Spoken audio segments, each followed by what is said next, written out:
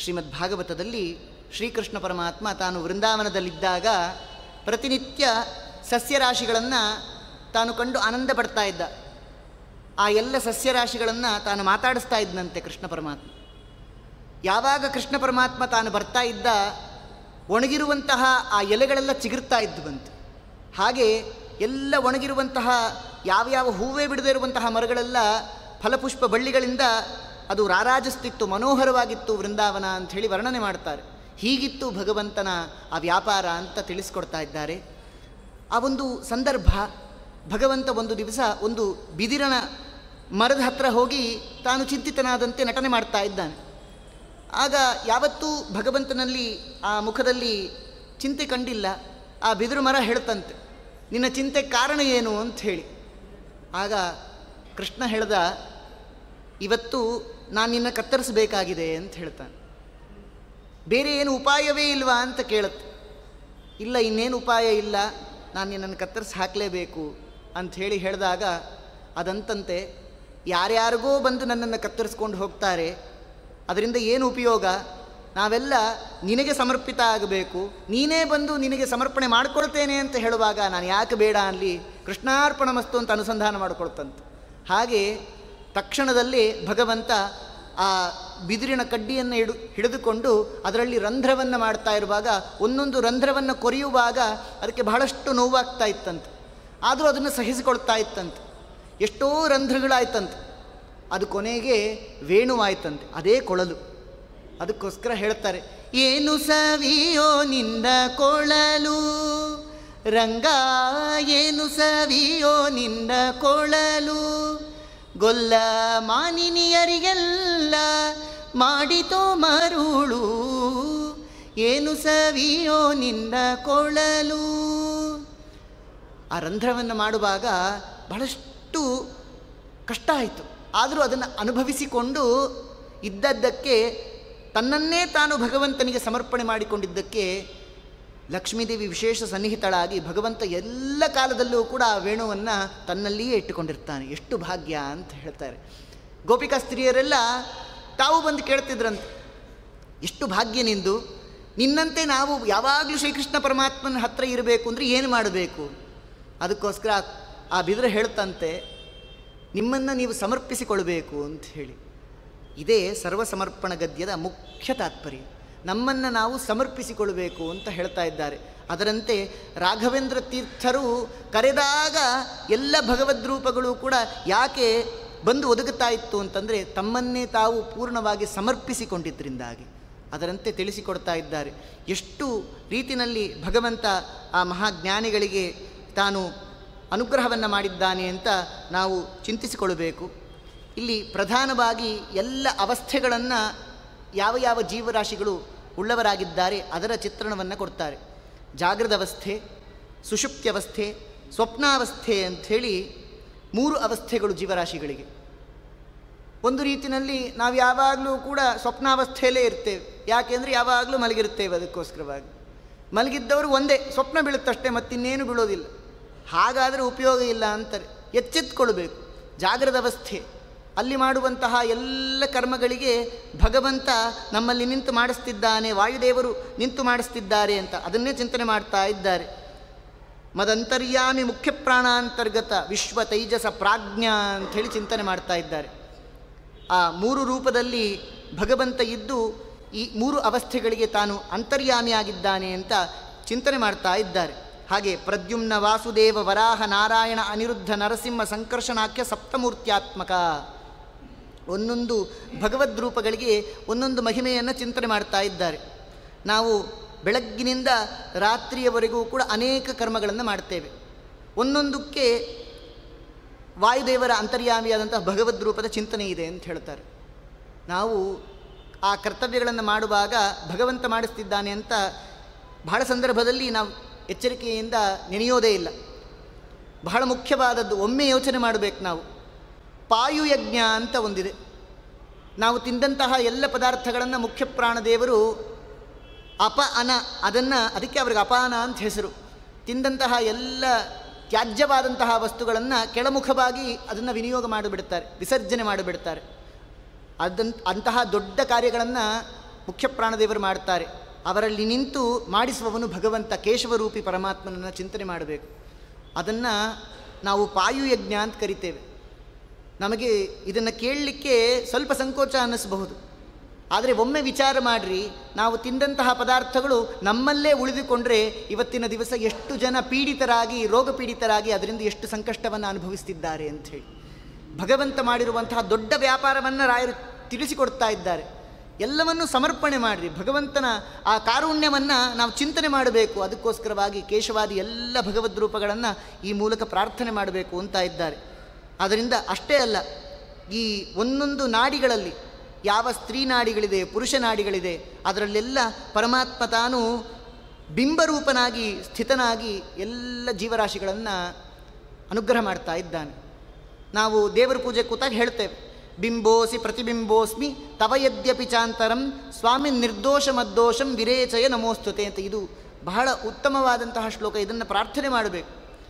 ಪರಮಾತ್ಮ ಬಿಂಬನಾಗಿದ್ದಾನೆ, ನಾವು ಪ್ರತಿಬಿಂಬರಾಗಿದ್ದೇವೆ. ಭಗವಂತ ಮಾಡಿಸಿದಂತೆ ನಾವು ಕಾರ್ಯವನ್ನು ಮಾಡ್ತೇವೆ. ಸ್ವತಂತ್ರರು ನಾವಲ್ಲ, ಭಗವಂತನೇ ಸರ್ವಕರ್ತೃ ಅಂಥೇಳಿ ನಾವು ಚಿಂತನೆಯನ್ನು ಮಾಡಬೇಕು. ಅದರಂತೆ ಎಲ್ಲ ಪುರುಷ ನಾಡಿಗಳಲ್ಲಿ, ಸ್ತ್ರೀ ನಾಡಿಗಳಲ್ಲಿ ಭಗವಂತ ಯೋಗ್ಯತಾ ಅಂತ ವರ್ಣನೆ ಮಾಡ್ತಾರೆ. ಅವರವರ ಗತಿಗೆ ಅನುಸಾರವಾಗಿ ಭಗವಂತ ಸನ್ನಿಹಿತನಾಗಿ ಎಲ್ಲ ಕಾರ್ಯಗಳನ್ನು ತಾನು ಮಾಡಿಸ್ತಾನೆ. ಅದಕ್ಕೋಸ್ಕರವಾಗಿ ತತಃಪರಂ ಭಗವದಿಚ್ಛೆಯ ಪ್ರಾಪ್ತ ನಿಜಗುರು ಉಪದಿಷ್ಟ ಅಂತ ವರ್ಣನೆ ಮಾಡ್ತಾರೆ. ಯಾವ ಯಾವ ಕಾರ್ಯಗಳನ್ನು ಮಾಡುವಾಗ ಭಗವದಿಚ್ಛೆಗೆ ಅನುಸಾರವಾಗಿ ವಾಯುದೇವರು ಮಾಡ್ತಾ ಇದ್ದಾರೆ. ಮತ್ತು ಅಷ್ಟೇ ಅಲ್ಲ, ಗುರುಗಳಿಂದ ಉಪದಿಷ್ಟರಾಗಿ ನಮ್ಮ ಉಪಾಸ್ಯ ಮೂರ್ತಿಯನ್ನು ನಾವು ತಿಳ್ಕೊಳ್ಬೇಕು. ಅದಕ್ಕೆ ನಿಯತ ಗುರುಗಳು ಅಂತ ಬರ್ತಾರೆ.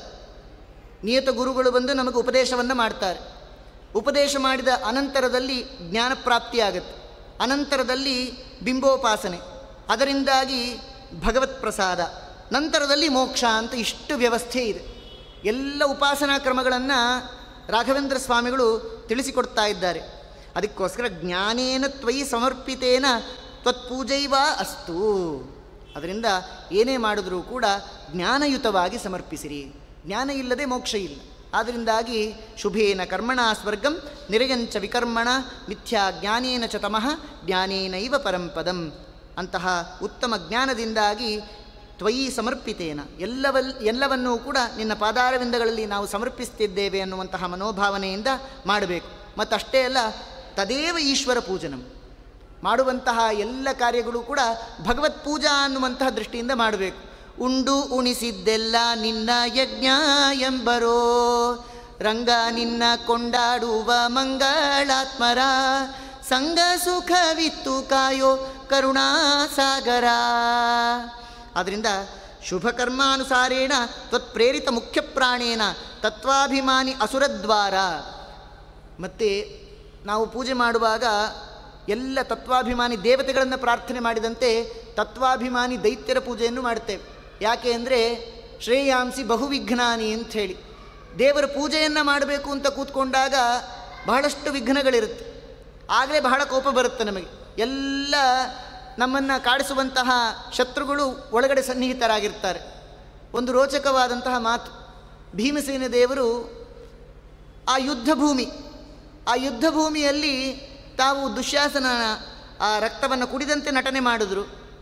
ಮಾಡಿ ಆ ಕೃಷ್ಣನಲ್ಲಿಯೇ ಮನ್ಯು ನಾಮಕ ಯಾವ ಲಕ್ಷ್ಮೀ ನರಸಿಂಹದೇವರಿದ್ದಾರೆ ಅವರನ್ನು ಚಿಂತಿಸಿ ಆ ಯಾವ ಯುದ್ಧ ಇದೆ ಅದನ್ನು ಭಗವಂತನಿಗೆ ಸಮರ್ಪಿಸಿದರು. ಅವರು ಯುದ್ಧವನ್ನು ಕೂಡ ಪೂಜೆಯಂತೆ ಮಾಡಿದರು. ನಾವು ಹಾಗಲ್ಲ, ಸ್ವಲ್ಪ ವಿಪರೀತ. ನಾವು ಪೂಜೆನೂ ಯುದ್ಧದಂತೆ ಮಾಡ್ತೇವೆ. ಯಾಕೆ ಅಂದರೆ ಪೂಜೆ ಕೂತಾಗಲೇ ನಮಗೆಲ್ಲ ಆವರಿಸ್ಕೊಂಡು ಬಿಡುತ್ತೆ. ಕೋಪ ಎಲ್ಲ ಆವಾಗಲೇ ಜಾಸ್ತಿ ಬರೋದು. ಸ್ವಲ್ಪ ನೈವೇದ್ಯಕ್ಕೆ ತಡ ಆದರೆ ಸಿಟ್ಟು ಬರುತ್ತೆ. ಮತ್ತು ಪೂಜೆಗೆ ಯಾರು ವ್ಯವಸ್ಥೆ ಮಾಡಿಕೊಟ್ಟಿಲ್ಲ, ಅಲ್ಲಿ ಸ್ವಲ್ಪ ತೊಂದರೆ ಆಗಿದೆ ಅಂತ ಹೇಳಿದಾಗ ಸಿಟ್ಟು ಬರುತ್ತೆ. ಆದ್ದರಿಂದ ಇವೆಲ್ಲ ಇರಬಾರ್ದು ಅಂತ ಹೇಳ್ತಾರೆ. ಯಾಕೆ? ಭಗವಂತ ಪೂಜೆ ಮಾಡಿಸುವಾಗ ಅವನು ನಿಂತು ಮಾಡಿಸುವವನು. ತತ್ ಪೂಜಾ ಏವ ಅಸ್ತು, ಅದು ಪೂಜೆ ಆಗಬೇಕು, ಆವಾಗ ಅದು ಪೂಜೆ ಆಗುತ್ತೆ. ಈ ಎಲ್ಲ ಮನಸ್ಸಿನಲ್ಲಿ ಇಷ್ಟೆಲ್ಲ ಕಾಮಕ್ರೋಧಾದಿಗಳಿಟ್ಕೊಂಡು ಪೂಜೆ ಮಾಡಿದ್ರೆ ಅದು ಭಗವಂತನಿಗೆ ನಿವೇದಿತ ಅಂತ ಆಗೋದಿಲ್ಲ. ಅದನ್ನು ಬಿಟ್ಟು ನಾವು ಪೂಜೆ ಮಾಡಿಕೊಂಡಾಗ ಅದು ಪೂಜೆ ಅಂತ ಅನ್ನಿಸ್ಕೊಳ್ಳುತ್ತೆ. ಅದರಿಂದಾಗಿ ಎಷ್ಟೊಷ್ಟು ಜ್ಞಾನಿಗಳು, ಒಂದೊಂದು ಜ್ಞಾನಿಗಳ ಚಿತ್ರಣವನ್ನು ನಾವು ತಿಳಿಸಿದಾಗ ಹೇಗೆ ಅವರ ಪೂಜೆ ಇತ್ತು ಅಂತ ತಿಳಿಸ್ತಾರೆ. ದೊಡ್ಡ ಜ್ಞಾನಿಗಳು ಒಂದು ಹೆಣ್ಣುಮಗಳು, ಅವರು ದಾಸರ ಪರಂಪರೆಯಲ್ಲೇ ಬರುವಂಥವರು. ಬಹಳ ಸಣ್ಣ ವಯಸ್ಸಿನಲ್ಲೇ ಅವ್ರಿಗೆ ವಿವಾಹ ಆಗಿರುತ್ತೆ. ಆಗ ಒಮ್ಮೆ ಹಿಂದಿನ ದಿವಸ ರಾತ್ರಿ ಒಬ್ಬ ಚಪ್ಪಳಿ ಹೊಲಿಯುವವನು ಮನೆಗೆ ಬಂದಿರ್ತಾನೆ. ಯಾಕೆ ಅಂತ ಹೇಳಿದ್ರೆ ಆ ಹೆಣ್ಣುಮಗಳ ಮಾವನವರ ಚಪ್ಪಲಿ ಕಿತ್ತು ಹೋಗಿರುತ್ತೆ, ಅದನ್ನು ಹೊಲಿಬೇಕು ಅಂತ ಕರೆಸಿರ್ತಾರವರು. ಆದರೆ ಹೊತ್ತು ಮುಳುಗಿದೆ, ಈಗ ಹೊಲಿಯೋದು ಬೇಡ, ಮಾರನೇ ದಿವಸ ಬೆಳಗ್ಗೆ ಬಾ ಅಂಥೇಳಿ ಆ ಯಜಮಾನರು ಹೇಳಿ ಕಳಿಸಿಬಿಡ್ತಾರೆ. ಪಾಪ ಅವನು ಮಾರನೇ ದಿವಸ ಬರ್ತಾನೆ. ಇವರು ಯಜಮಾನರು ದೇವರ ಪೂಜೆಗೆ ಅಂತ ಕೂತಿರ್ತಾರೆ. ಆದರೆ ಮನಸ್ಸೆಲ್ಲ ಚಪ್ಪಲಿ ಹೊಲಿಯೋನು ಯಾವಾಗ ಬರ್ತಾನೋ ಅಂತಲೇ ಯೋಚನೆ ಇರುತ್ತೆ. ಈ ಹೆಣ್ಣುಮಗಳು ಆ ಸಂದರ್ಭಕ್ಕೆ ಪಾಪ ಮನೆ ಮುಂದೆ ರಂಗೋಲಿ ಹಾಕ್ತಾ ಇರ್ತಾರೆ. ಆಗುವಂತಹ ಸಂದರ್ಭ ಆ ಚಪ್ಪಲಿ ಹೊಲಿಯೋನು ಬರ್ತಾನೆ. ಬಂದಾಗ ಆ ತಾಯಿಯನ್ನು ಕೇಳ್ತಾನೆ, ಏನಮ್ಮ ಯಜಮಾನ್ರು ಇದ್ದಾರಾ ಅಂಥೇಳಿ. ಇಲ್ಲ, ಅವರು ಚಪ್ಪಲಿ ಹೊಲಿಸ್ಕೊಂಡು ಬರಲಿಕ್ಕೆ ಹೋಗಿದ್ದಾರೆ ಅಂತಾರೆ. ಒಳಗಡೆ ಬರ್ತಾರೆ. ಪ್ರವೇಶ ಮಾಡಿದ ತಕ್ಷಣ ಮಾವನವರು ಹೇಳ್ತಾರೆ, ಏನಮ್ಮ ಇಲ್ಲೇ ದೇವ್ರ ಪೂಜೆ ಮಾಡ್ಕೊಂಡು ಕೂತಿದ್ದೀನಿ, ಹೊರಗಡೆ ಚಪ್ಪಲಿ ಹೊಲಿಸ್ಕೊಂಡು ಬರಲಿಕ್ಕೆ ಅಂತ ಹೋಗಿದ್ದಾರೆ ಅಂತ ಹೇಳಿಬಿಟ್ಟಿಯಲ್ಲ ಅಂತಂದಾಗ ಅವರಂದರು, ನೀವು ದೇವ್ರ ಪೂಜೆಗೆ ಅಂತ ಕೂತಿದ್ದೀರಿ, ನಿಮ್ಮ ಮನಸ್ಸಲ್ಲಿ ಹೋಗಿತ್ತು ಚಪ್ಪಲಿ ಹೊಲಿಸ್ಕೊಂಡು ಬರಲಿಕ್ಕೆ ಹೋಗಿತ್ತು, ಅದಕ್ಕೋಸ್ಕರವೇ ನಾನು ಹೇಳಿದೆ ಚಪ್ಪಲಿ ಹೊಲಿಸ್ಕೊಂಡು ಬರಲಿಕ್ಕೆ ಹೋಗಿದ್ದಾರೆ ಅಂಥೇಳಿ. ಹೀಗಿರುತ್ತೆ ನೋಡಿ ಜ್ಞಾನಿಗಳ ವ್ಯಾಪಾರ ಅನ್ನುವಂಥದ್ದು. ಆದ್ದರಿಂದ ತತ್ಪೂಜಾ ಏವ ಅಸ್ತು.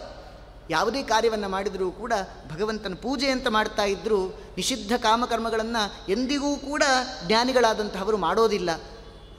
ಒಂದೊಮ್ಮೆ ಆದರೂ ಕೂಡ ಅದನ್ನು ದೈತ್ಯರಿಗೆ ಸಮರ್ಪಣೆ ಮಾಡಿದಾಗ ಆ ಪಾಪಕರ್ಮದ ಲೇಪ ಅನ್ನೋದು ನಮಗಾಗೋದಿಲ್ಲ ಅಂಥೇಳಿ ವಿಶೇಷವಾಗಿ ಚಿಂತಿಸಿ ಇಷ್ಟು ದಿವಸಗಳ ಕಾಲ ಯಾವ ರಾಘವೇಂದ್ರ ತೀರ್ಥರ ಅನುಗ್ರಹದಿಂದಾಗಿ ನಾವು ಚಿಂತನೆಯನ್ನು ಮಾಡಿದ್ದೇವೆ, ಇವೆಲ್ಲವೂ ಕೂಡ ನಮ್ಮ ಗುರುಗಳು ಪೇಜಾವರ ಶ್ರೀಪಾದರ ಅನುಗ್ರಹ ಬಲದಿಂದಾಗಿ ಹೇಳಿರೋದಷ್ಟೇ. ಇದರಲ್ಲಿ ಬಹಳಷ್ಟು ದೋಷಗಳಿರಬಹುದು. ಆ ಎಲ್ಲ ದೋಷಗಳು ಕೂಡ ವೈಯಕ್ತಿಕವಾದದ್ದು ಎಂಬುದಾಗಿ ಚಿಂತಿಸಿ ಗುಣಗಳೆಲ್ಲವೂ ಕೂಡ ಗುರುಗಳು ಅಧ್ಯಯನ ಅವರ ಅನುಗ್ರಹ ಮೂಲಕವಾಗಿ ಬಂದಿರುವುದು ಎಂಬುದಾಗಿ ವಿಶೇಷವಾಗಿ ತಿಳಿಸಿ ಈ ಎರಡು ವಾಕ್ಕುಸುಮಾಂಜಲಿಗಳನ್ನು ಗುರುಗಳ ರಾಘವೇಂದ್ರ ತೀರ್ಥರ ಅಂತರ್ಯಾಮಿಯಾದಂತಹ ಭಗವಂತನ ಅಡಿದಾವರೆಗಳಲ್ಲಿ ಸಮರ್ಪಣೆ ಮಾಡ್ತಾ ಇದ್ದೇನೆ. ಶ್ರೀ ಮಧ್ವೇಶಾರ್ಪಣಮಸ್ತು. ಹರಯೇ ನಮಃ.